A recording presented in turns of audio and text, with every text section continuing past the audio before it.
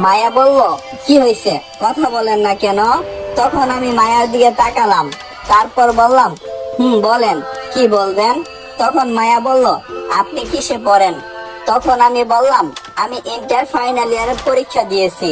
আপনি? Capturing the defensive Maya drop. তখন খুশি হয়ে ওর হাত বাড়িয়ে দিয়ে বলল, আমিও। আর বলল, আচ্ছা, আমরা যেহেতু একই ক্লাসে পড়ি, আমরা কি ফ্রেন্ড হতে পারি? আমি মায়ার হাত না ধরে বললাম, হওয়া যায়। হঠাৎ করে মায়া আমার হাত ধরে তারপর বলল, যেহেতু ফ্রেন্ড হয়েছ, তাহলে এখন থেকে তুমি করে বলি। আমি মায়ের কাছ থেকে আবারও হাতটা সরিয়ে নিয়ে বললাম, ঠিক আছে, বলবো। তারপর আমরা কিছুক্ষণ গল্প করে রুমে চলে এলাম। মায়া মেয়েটা অনেক মিশুক, সহজে আমার সাথে মিশে গেছে। 7 দিন পর আজকে মায়া চলে যাচ্ছে, সাথে আমার ফ্যামিলির সবাই, শুধু আমি বাদে। একদিন রাতে দাঁড়িয়েছিলাম, যখন নিচে নেমে রুমে যাব, তখন ভাইয়ার রুম থেকে ভাবি ভাইয়াকে আমার ব্যাপারে কি যেন বলছে।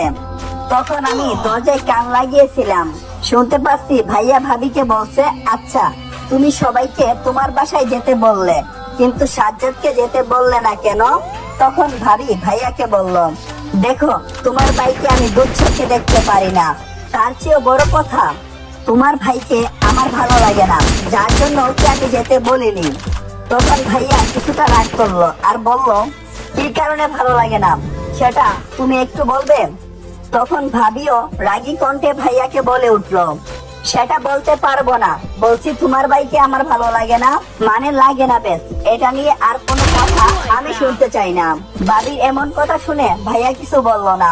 ভাবির কথাগুলো শুনে আমার পায়ের নিচের মাটি যেন সরে যাওয়ার মতো।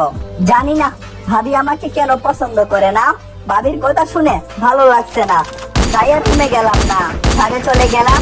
ছাদে গিয়ে ভাবির কথাগুলো ভাবছি, তখন হঠাৎ করে কেউ একজন আমার পিছনে এসে দাঁড়ালো। তখন পিছনে তাকিয়ে দেখি মায়া দাঁড়িয়ে আছে। মায়ের দিকে তাকানো মাত্রই মায়া আমার হাতে একটা চিঠি ধরিয়ে দিয়ে চলে গেল। চিঠিটা খুলে পড়তে লাগলাম।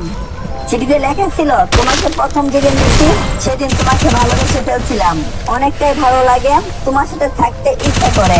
সত্যি বলতে আমি নিজেও জানি না, তবে তোমার মায়ায় আমি জড়িয়ে গেছি। বিশ্বাস করো জান, তোমাকে আমি অনেকটাই ভালোবাসি। আই লাভ ইউ, ইতি তোমার মায়া। চিঠিটা পরে আমি কিছুক্ষণ ঘোরের মধ্যে ছিলাম। সত্যি বলতে আমিও মায়াকে ভালোবেসে ফেলছি, তাই ওকে হ্যাঁ বলে দেব, তবে আজকে বলবো না, পরে সময় করে বলবো। তারপর আমি ছাদ থেকে নেমে সোজা রুমে চলে এলাম, আর কখন যে ঘুমিয়ে পড়ছি তা নিজেও জানি না। সকালে সবাই ভাবির বাসায় গেল, কিন্তু আমি বাদে। সবাই চলে যাওয়ার পর আমি রুমে এলাম, তখন আমার ফোনটা বেজে উঠলো। পকেট থেকে ফোনটা বের করে দেখি মায়া ফোন করছে। আমি ফোনটা রিসিভ করতে ওই পাশ থেকে মায়া বলল, কালকে আমি তোমাদের বাসায় আসব। তখন আমি বললাম, ঠিক আছে, এসো, কোনো সমস্যা নেই। তারপর আরেকটুক্ষণ নানা কথা বলে ফোনটা কেটে দিলাম।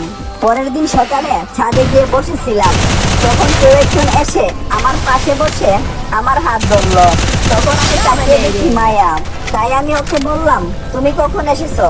তখন মায়া বলল, এই মাত্র এসেছি, এসে তোমাকে খুঁটাখুটি শুরু করে দিয়েছি, অনেকক্ষণ খোঁজার পর ছাদে পেলাম।